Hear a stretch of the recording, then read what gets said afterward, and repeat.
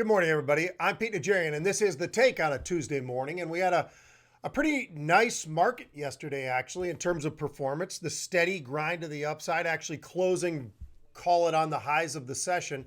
Really nice move to the upside, and so many different participants. But you get about a 1.5% move to the upside out of the Dow and the S&P.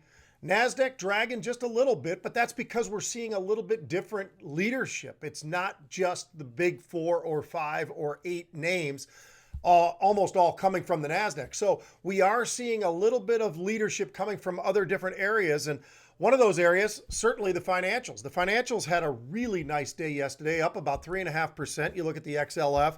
JP Morgan, you look at Goldman Sachs, some of those kind of names really powering that move to the upside. And if you just look back a week or so ago, you look at some of these names, where they were, where they are now, especially into today, it's a pretty impressive run in a short period of time.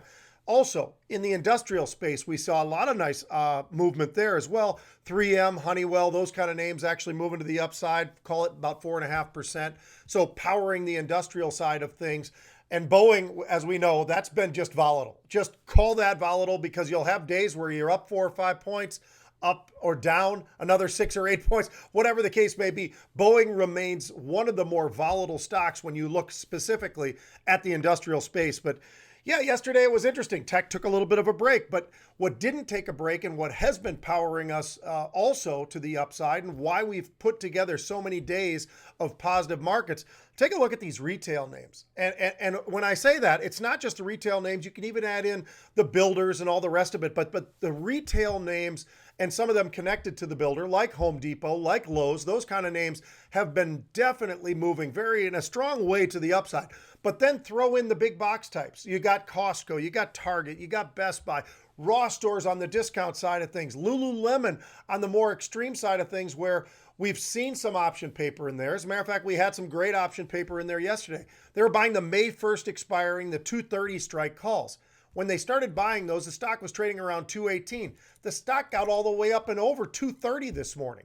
So give you a little idea, we talked about that in unusual activity yesterday, just that those stood out for us, those particular calls, and that move, those were $1.50. They got up well over $4, a nice big move to the upside. I actually was a part of that trade as well, so I trimmed some today, and the stock's easing back a little bit, and that's because as we get into today, today's a really interesting day because as we dive into it, the market was looking extremely strong across the board in all three of the major indices. And so that was something that we were concentrating on. It was a great move and up about 400 points, very close to 400 points. So a nice big move to the upside. Now, where are we right now? Well, the market absolutely turned and burned to the downside, and we've given up those gains, and it really starting to power down. I'm looking at the Dow right now. It's now in negative territory. The NASDAQ did lead this, however, because as we were still holding on to some gains, up 50, maybe 100 points, the NASDAQ really took that next step to the downside. NASDAQ right now down about 1% or close to 100 points, and the S&P 500 down about a little over 0.25% right now. So the NASDAQ and the Dow not nearly to the extent of what we're seeing, the NASDAQ definitely outpacing, but we're not seeing nearly as much movement right now at this point in time with the Dow and the S&P 500. But certainly volatility, which was coming down. Now, yesterday we got around that 32 level. Today, we trading, call it between 30 and 33. Well, we jumped off that 30 number in a hurry today. And when we did, part of that reason for that big jump was this move that's moving us to the downside right now as we speak. So this is happening live for us because I like to keep it up there in front of me just to see what sort of changes we've got. We did have financials up almost 3%. We did have materials moving to the upside. We talked about the builders. And when I say that, it's not just the Home Depots and the Lowe's. I'm talking about the actual builders, the D.R. Hortons, the Lennars, Toll, those kind of names. We're looking fairly strong early, and that's in the first hour or so. Now we're almost 90 minutes into the trading day, and we're seeing these markets that have all turned negative right before our very eyes. Now, we got some huge numbers tonight, absolutely huge numbers tonight in terms of who's reporting. We've got Google. That ought to be pretty interesting because obviously there's so much going on with travel, and we talk about travel and leisure and how much of an effect does that have in other areas. Well, it's certainly going to be something that likely is going to have some effects on Google because of the fact that with their ad, with their search and their revenue there, travel's about 11%. So just keep that in mind. And some of the numbers I think are going to be very difficult. And we've already gotten through this where we've seen some of these earnings reports, and yet they're not giving much in the way of guidance, if at all. And because of that, it's a little bit cloudier than what we've seen in a really long period of time, and totally understandable, right? We also got Starbucks tonight. We know what was going on in China. That's about 50% of their business of China. That's going to be pretty interesting. So that what effects is that going to have on Starbucks? And obviously here in the United States, what effects are going to be there? We know everybody's going through the drive-thrus and the takeouts and all that type of thing.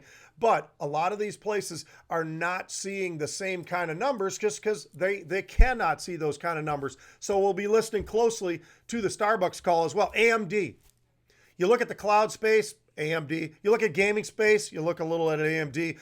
They're less in the enterprise space. So we're going to have to see. We've seen a lot of bullish paper coming in to AMD of late, and some of that going way to the upside. We had a lot of different semiconductor names. Matter of fact, that was another sector that was really ramping this morning to the upside, and I'm sure participating to the downside as I'm looking at the NASDAQ that continues to accelerate. It's down a little over 100 plus points at about 1.2%. So I mentioned that VIX. I also mentioned the SMH, and we've had a lot of leadership in the SMH sort of rotating around, but a lot of the similar names. You got the NVIDIA and some of these types of names, AMD, of course.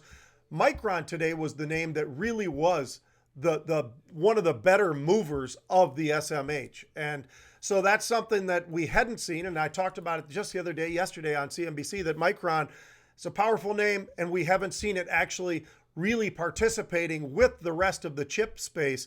Today, that changed, but will that change as we're getting into what we're seeing right now, which is far more negativity? We literally, this is about a 500-point move in a really short period of time in the market. So that's why we're seeing volatility just jump back up. And I'm looking at it right now. It's up about 6%. It's trading over 35 right now. So a lot to take in right there. I've got to be on the halftime show in just a short period of time. So getting ready for that as well. Folks, educate yourself. Understand the options world. We know how incredibly interesting and how much growth we have in the options world. And I think the more you dive into it, the more you can understand, the better you have in terms of an arsenal of how do you attack the markets each and every day, or how do you use the options in a positive way for your portfolio. There's all kinds of different things that you can do in the derivatives markets. It's not just directional. Oftentimes, there are other ways to play it as well.